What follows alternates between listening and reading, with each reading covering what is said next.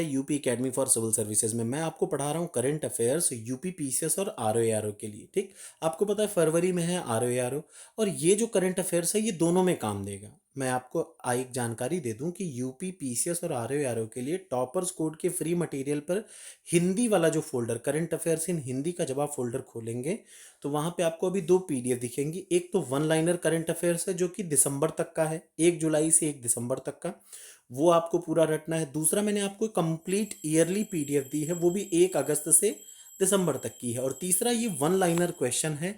आमतौर पे क्या होता है, अगर फरवरी में पेपर है आरओ का तो उसमें एग्जाम में कहाँ तक आएगा, दिसंबर तक के क्वेश्चन आते हैं। तो कोई भी प्रोबेबिलिटी ना छूटे, इसलिए ये तीसरा इंपॉर्टेंट चीज़ मैं ऐड कर रहा हूँ। याद रखिए, पढ़ने को तो बहुत सारे कंटेंट है मार्केट में, लेकिन सेलेक्टेड यही 3 चीज़ को आप अच्छे से पढ़िए, आपको और कुछ पढ़ने की ज़रूरत नहीं पड़ेगी। तो शुरुआत करते हैं वहीं से। इसमें मैं कोशिश करूंगा कि एक वीडियो में या फिर 2 वीडियो में पूरा कंप्लीट कर दूं। वाइब्रेंट गुजरात वैश्विक शिखर सम्मेलन 2024 का आयोजन कब किया गया, तो 10 से 12 जनवरी 2024 को किया गया। 10वां संस्करण था, इंपॉर्टेंट है।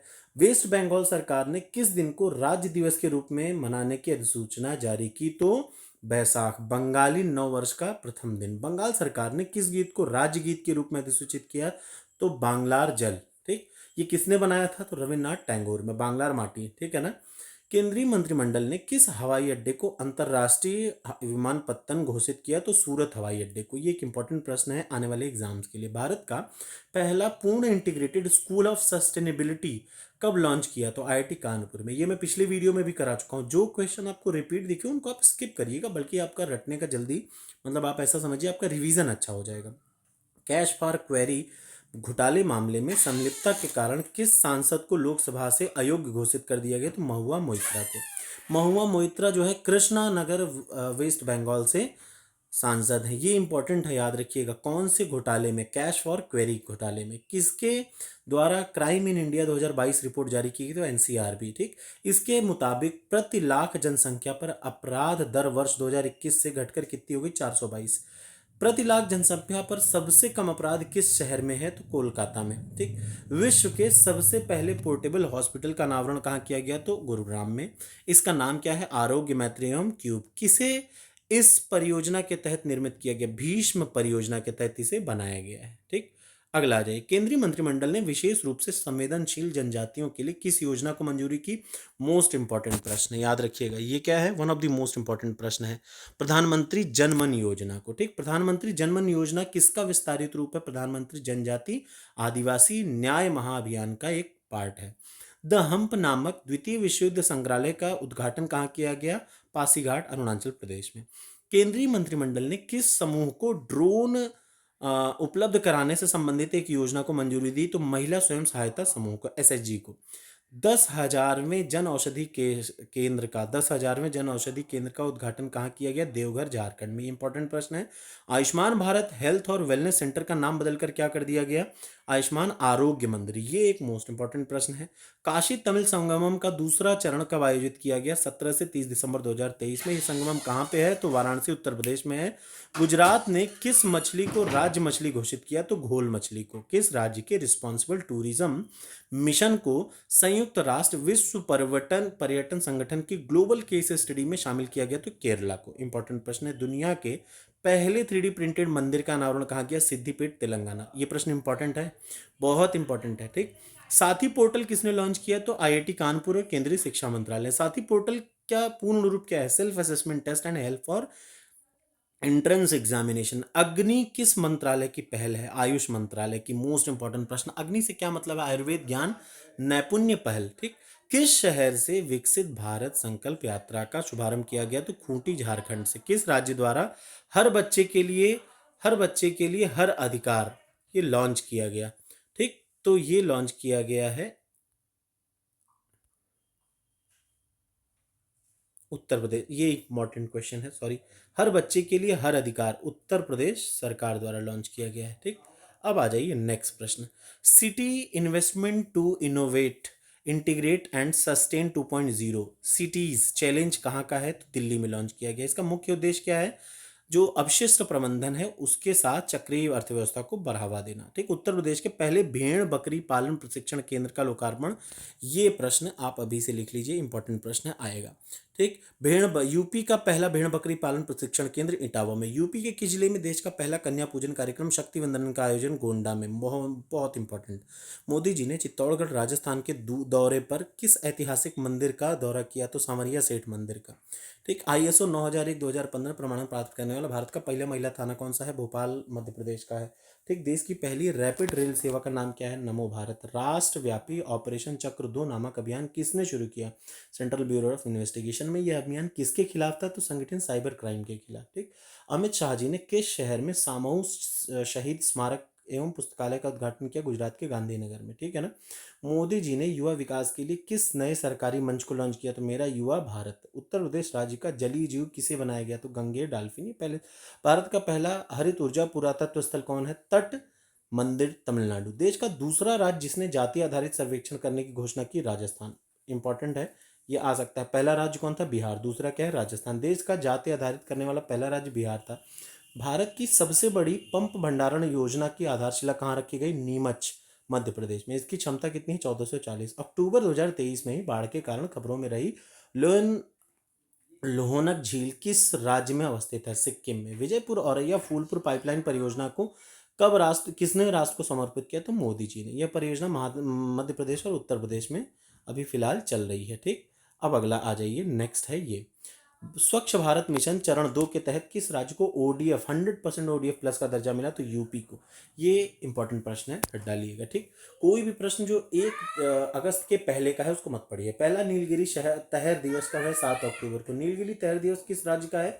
नीलगिरी तहर तमिलनाडु का है। पुराने संसद भवन को अब किस नाम से जाना जाएगा? तो संविधान सदन के। स्टैच्यू ऑफ वननेस का अनावरण ओंकारेश्वर, मध्य प्रदेश में। महिला आरक्षण विधेयक 2023 लोकसभा में 20 सितंबर 2023 को पारित किया गया। इंपॉर्टेंट है। राज्यसभा में 21 सितंबर को। ठीक। कौन सा संविधान संशोधन विधेयक है? 128वां। ठीक। सितंबर 2023 में किस पशु को खाद्य पशु के रूप में मान्यता दी गई? तो मिथुन को। केंद्र सरकार ने कारीगरों के लिए कौन सी योजना शुरू की? तो विश्वकर्मा योजना। विश्व की सबसे बड़ी MICE सुविधाओं में से एक मोदी जी ने किसका वो किया? यशोभूमि का। ठीक है ना। मोदी जी ने एथिलीन क्रैकर परियोजना की आधारशिला बीना रिफाइनरी MP में। किस राज्य ने राज्य की पहली सेवा क्षेत्र नीति को उद्घाटन को मंजूरी किया? तो उत्तराखंड। भारतीय सेना ने पूर्व सैनिकों और शहीदों के कल्याण के लिए कौन सा प्रोजेक्ट नमन, मोस्ट इंपॉर्टेंट याद रखिएगा। केंद्रीय मंत्रिमंडल ने उज्ज्वला योजना को किस वर्ष तक विस्तारित करने की मंजूरी प्रदान की? 2025-26 तक।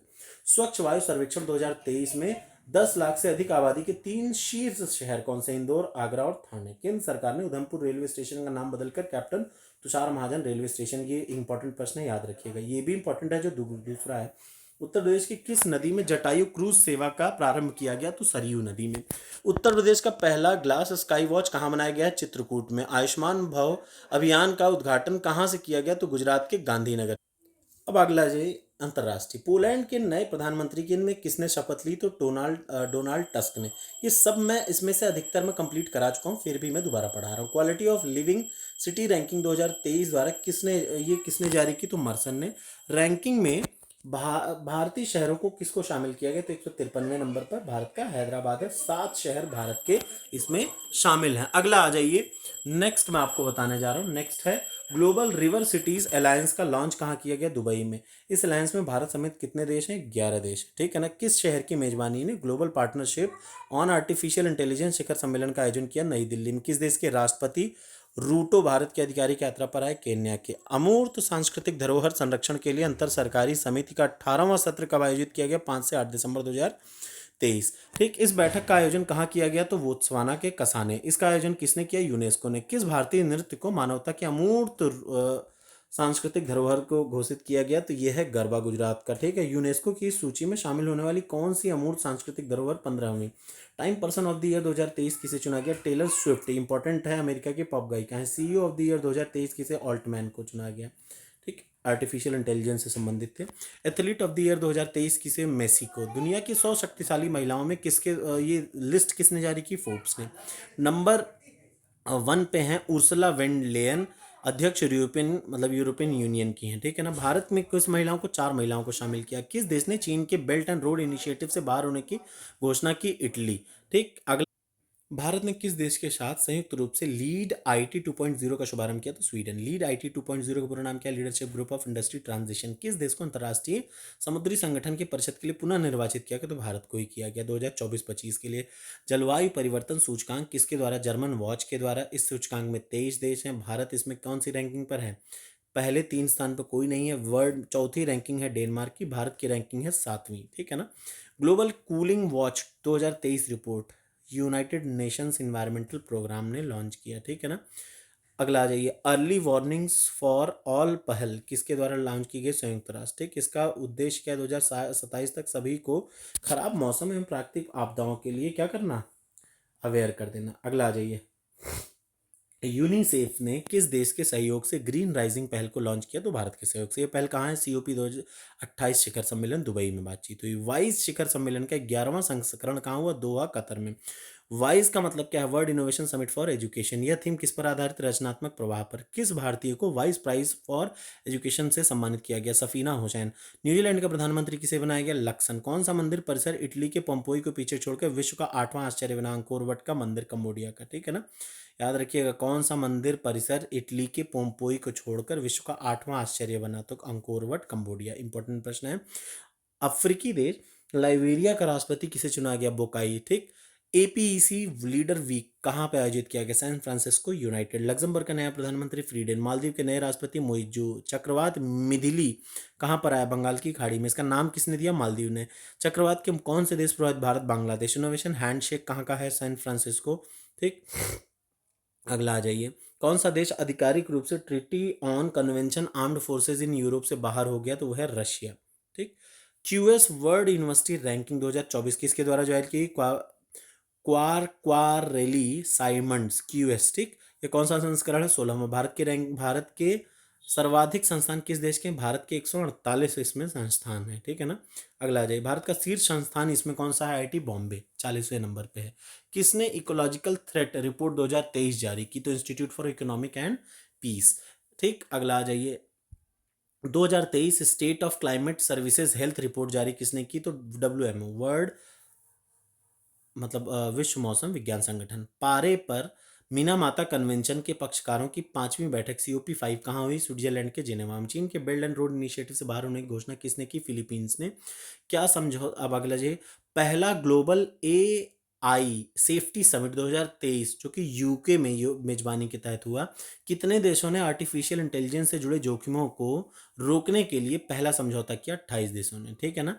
अगला आ जाइए, भारत कौन सा शहर है? कितने शहरों को वर्ल्ड सिटीज डे के अवसर पर यूनेस्को क्रिएटिव सिटीज बनाया गया? तो 55 शहरों को। भारत का कौन सा शहर है? ग्वालियर और कोझिकोड साहित्य। ठीक। ग्वालियर साहित्य संगीत के लिए और साहित्य है कोझिकोड के लिए। सॉरी, कोझिकोड है साहित्य के लिए। किस संस्था ने एडेप्टेशन गैप रिपोर्ट 2023 जारी की? तो UNEP। किससे संबंधित है? तो जलवायु परिवर्तन से।